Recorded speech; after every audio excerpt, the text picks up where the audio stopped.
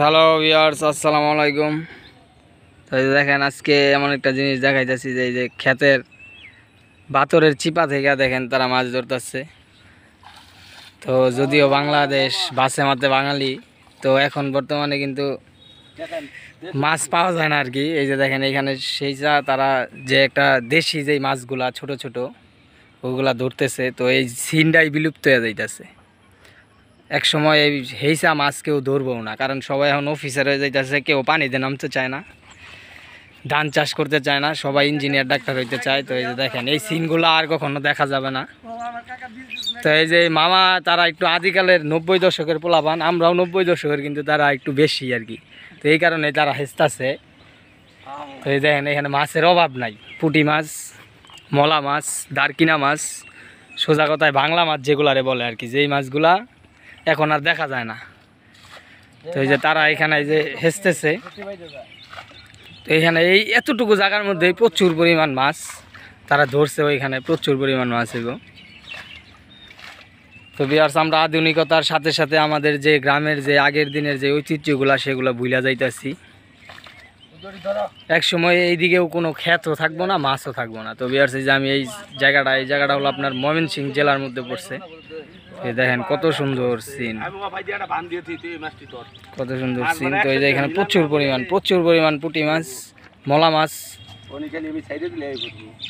তো এই যে আমাদের মামা,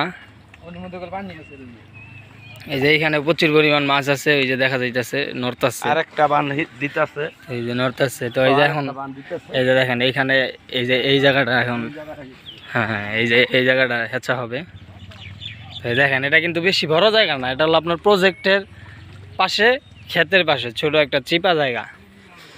তো আগে দেখতাম ছোটবেলা এমন ক্ষেত হেঁচা মাছ ধরতো, তো এখন এগুলা দেখা যায় না। এখন দেখা যায় না কারণ হলো সবাই একটু উন্নত হয়ে গেছে, কেউ প্যাকে নামতে চায় না, মাছ মারতে চায় না, সবাই শিক্ষিত হয়ে গেছে, এসি রুমে বসে থাকে। কিন্তু এটার যে একটা মজা, এই মজাটা পাবলিক ভুলে গেছে। এই মজাটা একমাত্র গ্রামে যারা থাকে তারাই বলতে পারবো যে এই গ্রামের পরিবেশের কি মজা। তো এই যে দেখেন এখানে কিন্তু প্রায় ভালোই পানি, আশা করা যায় মাছও পাওয়া যাবে অনেক।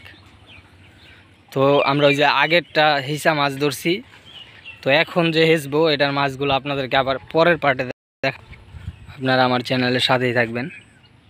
তো আমি চাই গ্রামের প্রাকৃতিক সৌন্দর্যগুলো আপনাদের মাঝে তুলে ধরতে। আমি চাই আপনারা সেই হারিয়ে যাওয়া বাংলাদেশের সেই প্রকৃতিগুলো দেখেন।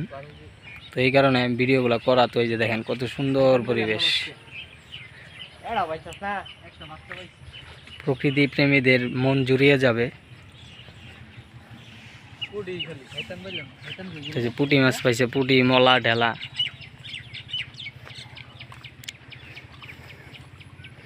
তো আমরা এই যে এটা থেকে কি পরিমাণ মাছ পাইছে ওটা দ্বিতীয় পার্টে দেখাবো। সাপ ধরছেন আপনারা?